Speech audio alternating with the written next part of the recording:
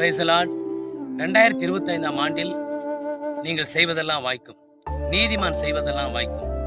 சங்கீதம் 1 வசனம் 2, 3 சொல்வதுபடி கர்த்தருடைய வேதத்தில் பிரியமாய் இருந்து இரவும் பகலும் அவருடைய வேதத்தில் தியானமா இருக்கிற மனுஷன் பாக்கியவான். அவன் நீர்க்கால்களின் ஓரமாய் நடப்பட்டு தன் காலத்தில் தன் கனியை தந்து இலையுதிராது இருக்கிற மரத்தை போல் இருப்பான். அவன் செய்வதெல்லாம் வாய்க்கும். எனவே எனக்கு பிரியமானவர்களே, இந்த வருஷத்துல ஆண்டவருக்கு பிரியமா இருந்து அவருடைய வேதத்தை தியானம் பண்ணி அந்த வேதத்தின்படி நீங்க வாழ்ந்து வந்தால் இந்த வருஷத்துல நீங்க எதெல்லாம் செய்ய நினைச்சிருக்கிறீங்களோ, எதெல்லாம் செய்ய திட்டமிட்டு இருக்கீங்களோ அதெல்லாம் ஆண்டவர் உங்களுக்கு வாய்க்கப்படுவார்.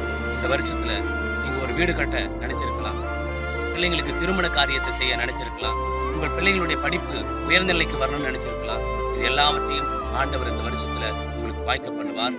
அவர் விருப்பத்தின்படி வாழுங்க. ஆண்டவர் உங்களை ஆசீர்வதிப்பார். Happy new year.